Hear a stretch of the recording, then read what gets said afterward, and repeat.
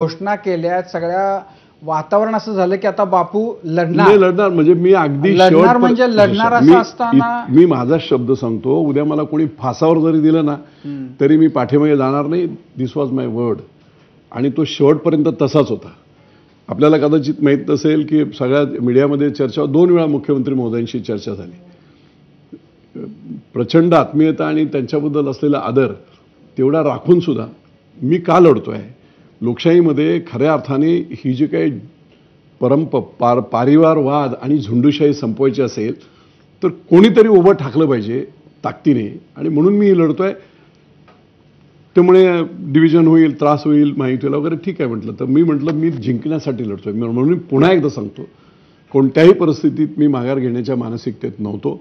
सगळ्या बाजूच्या अभ्यासाने सगळ्या यंत्रणा मी लावलेल्या होत्या, जे जे काही शक्य असेल ते. तिसऱ्या वेळेस बाकी असं अडचण झाली की मुख्यमंत्री महोदयांच्या OSDने मला फोन केला आणि त्याच्या अगोदरच्या रात्री झालेल्या 2-3 चर्चांच्या बाबतीत त्यांनी सांगितलं की मुख्यमंत्री महोदय उद्विग्न आहेत, व्यथित आहेत. आणि त्यांना असं वाटतंय की विजय शिवतारेंच्या अशा वागण्यामुळे तो ऐकत नसल्यामुळे संपूर्ण महायुतीला कुठेतरी सेटबॅक होतो आहे. आणि हा प्रकार सर्व ठिकाणी झाला तर महाविकास आघाडीचा फायदा होईल. आणि जे सर्वांचं माझ्यासकट मी म्हटलं होतं मी अपक्ष लढेल तरी मी काय केलं होतं, नमो विचार मंच म्हणजे मी महायुतीच्या विरोधात नव्हतो. कम्प्लिटली नरेंद्र मोदी हेच तिसऱ्यांदा पंतप्रधान झाले पाहिजे, त्यांच्याच हातात सत्ता गेली पाहिजे ह्या मताचा पूर्ण निष्ठावान अशा प्रकारचा मी कार्यकर्ता. आणि जेव्हा मी हे कळलं की याला सेटबॅक होत आहे मोठा आणि मुख्यमंत्री काय असेल तुम्हाला मी सांगतो. आता मी काल कोल्हापूरला त्यांच्याबरोबर होतो. असा नेता किंवा असा मुख्यमंत्री की जो माझे 2 तिथे आता जे धैर्यशील माने आणि मंडलिक काल दिवसभर मी त्यांच्याबरोबर होतो. अगदी मोठ्यात मोठी धेंडाजी कधी तशी फ्लोअर मॅनेजमेंटला पुढे येत नाही. म्हाडकांच्या घरी गेले, यड्रावकरच्या घरी गेले, त्याच्यानंतर आवळे साहेबांच्या घरी गेले.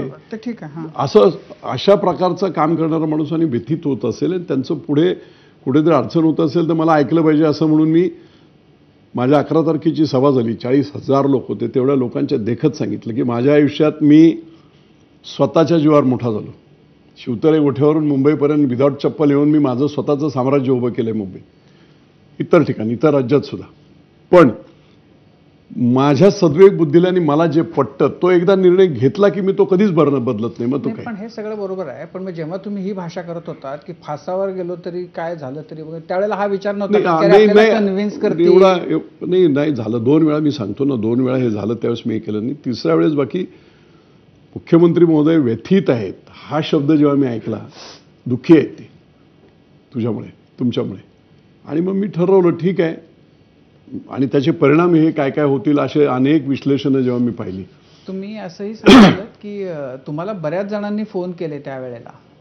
कोणी केले होते फोन? नाही बरंच. मी आता नाव नाही सांगणार, नाव सांग असं सांगेल. पण असं आहे की तुम्ही नाव नका सांगू. पण तुम्ही बोलले की बाबा अनेक लोकांनी मी ते मला दाखवले शिवतारेंनी फोन एकाचा नव्हता. मी तुमच्या माहितीसाठी सांगतो.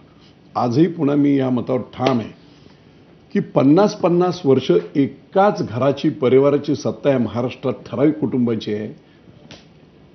त्याच्यामुळे खरोखर लोकशाहीला धोका आहे. 100% धोका आहे.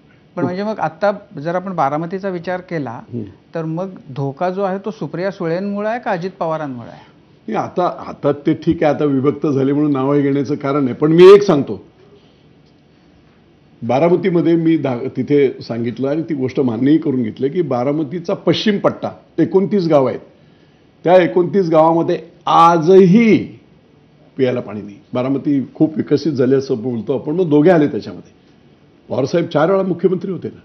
त्यांनी मनात आणलं असतं किंवा त्यांनी विचार केला असता की माझी ही माणसं तडफडत आहेत पाण्यात, तर त्यांना सुचलं असतं. जे विजय शिवतारेंना सुचलं ते त्यांना का सुचलं नाही की नीरामध्ये नदीमधून पाणी वाहून जाते भीमेला, उजनीच्या खाली भीमेला नीरा मिळते आणि पाणी कर्नाटकात जाते. किती कहर दुष्काळ असेल त्यावेळेस 25 ते 30 TMC पाणी वाया जाते आणि चांगला सुकाळ असेल तर 100 TMC पाणी वाया जाते. नीरेचं सबखोर करा आहे. करेमध्ये पाणी उचलून टाकलं आणि करा भरून 10-12 किलोमीटर ठेवली तरी हजारो विहिरी चार्ज होतील, बागायत होईल. एखाद्या ठिकाणाहून उचलून DC चेंबरला टाकलं तर 29 गावं 100% ग्रॅव्हिटी फ्लोने बागायती होतील. हे मी जे आत्ता सांगितलं ते या लोकांनी 40-50 वर्ष सत्ता असताना सुद्धा झालं नाही. माणसं तडफडतायत. मी प्रस्थापितांच्या विरुद्ध किंवा मी